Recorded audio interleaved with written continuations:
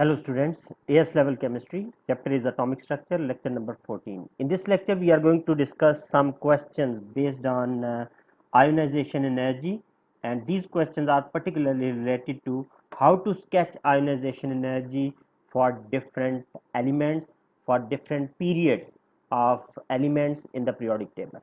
So first question that we are going to discuss, it is about sketching a graph for first ionization energy values versus atomic number for the elements of period number 2. Now what you must remember, what is the common feature of all the elements in period number 2? All the elements in period number 2, they have same number of 2 shells. So this is the common feature of all the elements in period number 2. Now from where you can get the information about the atomic number and about the elements of period number 2, you can get the information from the periodic table. Right now I am telling you, I can show in front of you what are the elements of the period number 2 and what are their atomic number. Elements of period number 2 start from lithium 3 and it ends at neon 10. Lithium, beryllium, boron, carbon, nitrogen, oxygen, fluorine and neon. Now second thing you must remember, from where you can get the first ionization energy values. First ionization energy values are available in your data booklet. You can look at these values from the data booklet. Whenever you are asked to sketch this graph, how we can sketch this graph? On the x-axis we always take atomic number. In this case you can see the atomic number, it is increasing from 3 till 10. So on the x-axis you will label atomic number, while on the y-axis you will label first ionization energy values, and the unit of these values, it is kilojoule per mole. Now from where you will get to know what are the ionization energy values are for these 8 elements of period number 2, that information you can get from the data booklet. I can show you what are these values from the data booklet. Okay students, you can see we are going to sketch a graph for elements of period number 2. Period number 2 starts from lithium, atomic number 3, and it ends at neon, atomic number 10. What you can see, the first ionization energy of lithium is 519 and the first ionization energy of neon is 2080.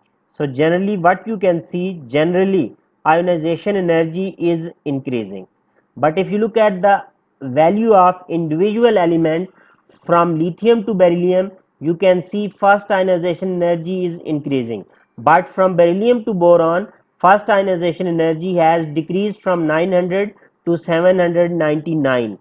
Then it increases and again another decrease. You can notice that from nitrogen to oxygen first ionization energy has decreased from 1400 to 1310, and after oxygen again we can note down an increase in the first ionization energy values. So what you must remember, you must remember from lithium to neon generally ionization energy increases, but there are two abnormalities. First abnormality you must remember between beryllium to boron, and second abnormality between nitrogen to oxygen.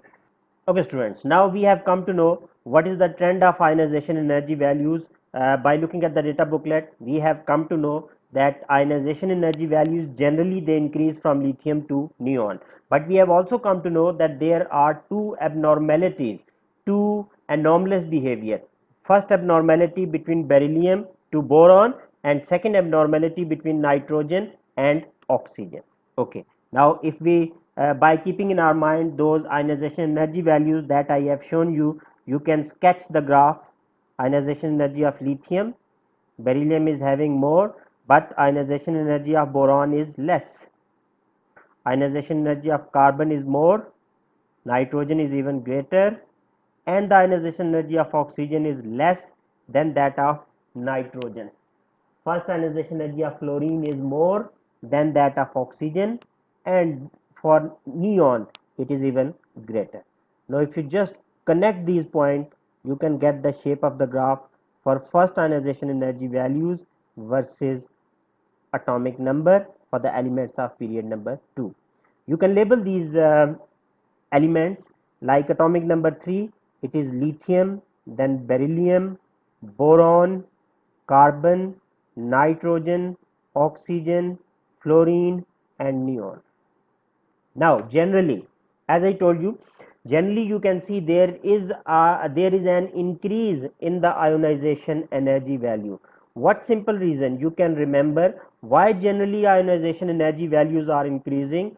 Generally ionization energy values are increasing since nuclear charge is increasing, since number of proton is increasing. So in your exams you can write on either that since from left to right ionization energy increase, it is due to an increase in nuclear charge, or it is due to an increase in number of protons. Now besides this you can look at there are two abnormality. First abnormality, it is between beryllium and boron. Now what is the reason? While understanding the reason for these two elements, you must write down the electronic configuration for these two elements. Once you will see, when I will show electronic configuration for these two elements, you will get an idea that why the first ionization energy of boron it is less than that of beryllium. So let's see the electronic configuration for beryllium. Atomic number 4, electronic configuration 1s2 2s2, while for boron electronic configuration 1s2 2s2 2p1.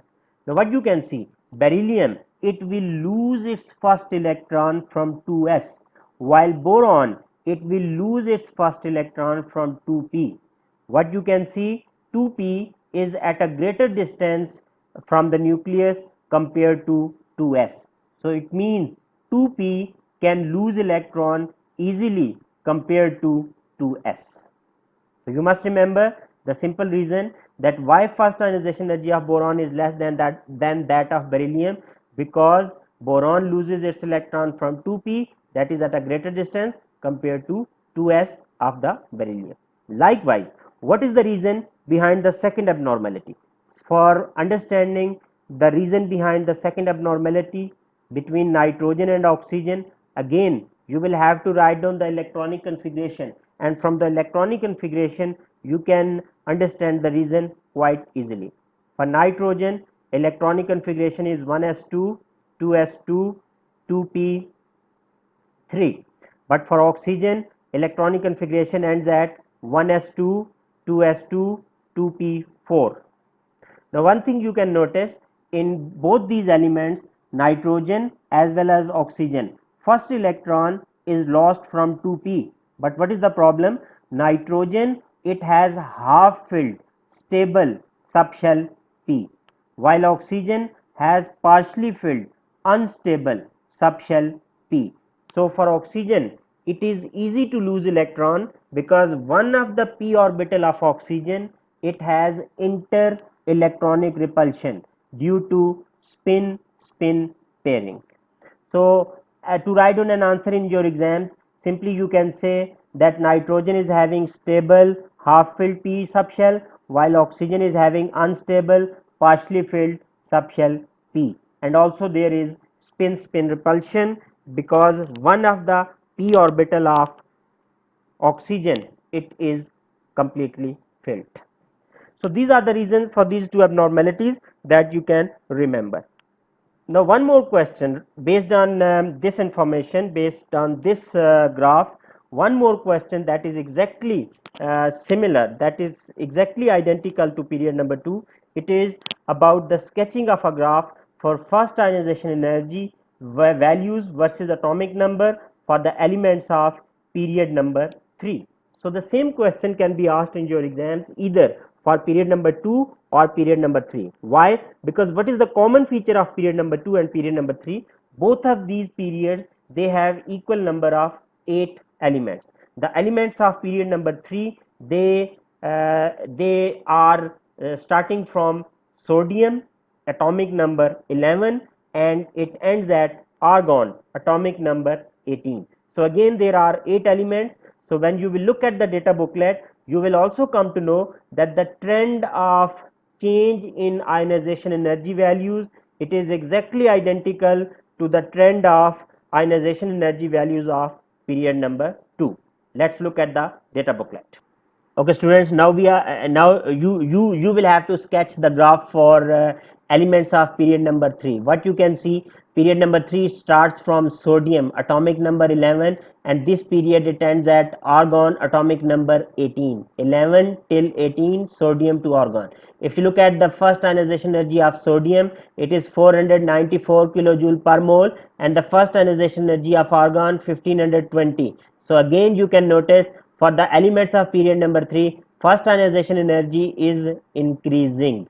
But let's see the value more minutely. What you will come to know, from magnesium to aluminum, again there is a decrease from 736 kilojoule per mole to 577 kilojoule per mole. Then increase, and again you can see another decrease from phosphorus to sulfur from 1060 kilojoule per mole to 1000 kilojoule per mole. So again you can remember whether you have been given in the exam period number 2 or period number 3. Always remember, generally ionization energy increases for both these periods with two abnormality. In this third period, the first abnormality between magnesium to aluminum, and second abnormality between phosphorus and sulfur. Okay, now you have looked at the ionization energy values for the elements of period number 3. You can sketch a graph for the elements of period number 3. Okay, if you have sketched, you have come to know that the shape of the graph, it is exactly identical to the shape of the graph that I have drawn for the elements of period number 2. What you can see in the graph that I have drawn for you people, first abnormality, it is between beryllium and boron, while the second abnormality, it is between nitrogen and oxygen. Likewise, the graph that you people have drawn, you would have noticed that the first abnormality, it is between magnesium and aluminum, while the second abnormality, it is between phosphorus and sulfur. What does this mean? It means that the first abnormality, it is always between elements of group number 2 and group number 3, because you know every period starts from element of group number 1, group 2, 3, 4, 5, 6, 7, and every period it ends at the element of group number 8. So first abnormality, always remember, just whenever you are asked a question in your paper 1 in MCQ, you must remember first abnormality for first ionization energy values, it is always observed between elements of group number 2 and 3, and second abnormality, it is always observed, it is always noticed between elements of group number 5 and group number 6. So what does this mean? It means in the periodic table we always observe a general regular repetition of properties across the period. Whenever we move across the period, we can notice exactly same trend in each period. This regular repetition of uh, properties across the period, it is known as periodicity. This regular repeating pattern of properties across a period, it is known as periodicity. You can remember this, that this property is known as periodicity. One more thing you must remember, sometimes since ionization energy values are very large for some element, so just to reduce the scale, what we do, instead of taking simple fast ionization energy values on the y-axis, we can take log values of ionization energy. So the basic purpose of taking log values of ionization energy is just to reduce the scale so that values can be adjusted easily. Okay, moving on. Now based on this sketch, now some more questions that can be asked in your exams. Look at the next question. You have been given a sketch for ionization energy values versus atomic number for both period number 2 and period number 3 on the same axis. So how the graph would look like in this case? This is the graph for elements of period number 2. And when we will move on after group 8 element, when we will move on to the next period, always what you will notice, whenever there is change of period, there is a sudden increase, there is a sudden change in the ionization energy value. This sudden change indicates change of shell, change of period. So this is the change of shell, because we are moving from one period to the next period. This sudden change indicates change of shell, change of period. Whenever this sudden change in ionization energy is noticed, after this sudden change, again the new period starts from the element of group number 1, then group 2, 3, 4, 5, 6, 7 and 8. So this is the graph for elements of period number 3. Again, this is group 1, 2, 3 and it keeps on increasing till group number 8. So you must remember, if we sketch the graph for both period number 2 and period number 3 on the same axis, this would be the shape of the graph. And period number 2, they would have slightly higher energy compared to the elements of period number 3. Why? Because period number 3, they have more shells, they have more shielding, so it is easy to lose electron by the elements of period number 3 compared to period number 2. Now what can happen in the exam? In the exams, you can be given a small portion of this graph and you can be asked to identify the group number of a given element. For example, look at this question, this graph, if it is available in the exams. Look, a small portion of this graph is given and you can be asked for the identity of any element A, B, C, D. What you must remember, that the red line, it is indicating sudden change, it is indicating a change of shell or a change of period. The area, the position from where the sudden change it starts, that element always belongs to group 8, and the area, position where this sudden change it ends, that is the element that belongs to group number 1. So what does this mean? It means element B right now, it belongs to group number 8, and element C, the first element of the next period, it belongs to group number 1. So now it has become quite obvious for you to predict that element A belongs to group 7, element B from group 8, element C group 1 and element D from group 2. So for example, you can be asked a question that to which group element A belongs. You can easily guess, you can easily predict that the element A would belong to group number 7. Okay, likewise, one more last question we can attempt. Sometime you may be given 2 or more elements and you can be asked to give reason. Like in this case, in this question, there are 2 parts of the question.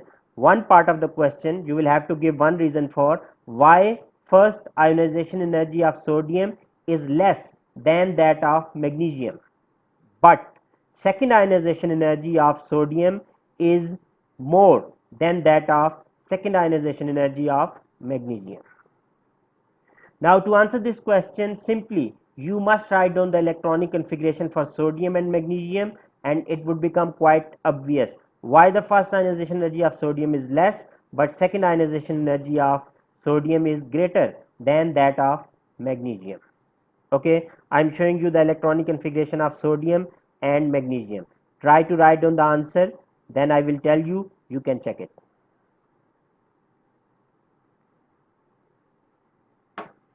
Okay students, if you have written, now what you can see, okay, now you can see in case of sodium, sodium is going to lose first electron from 3s and magnesium is also going to lose first electron from 3s.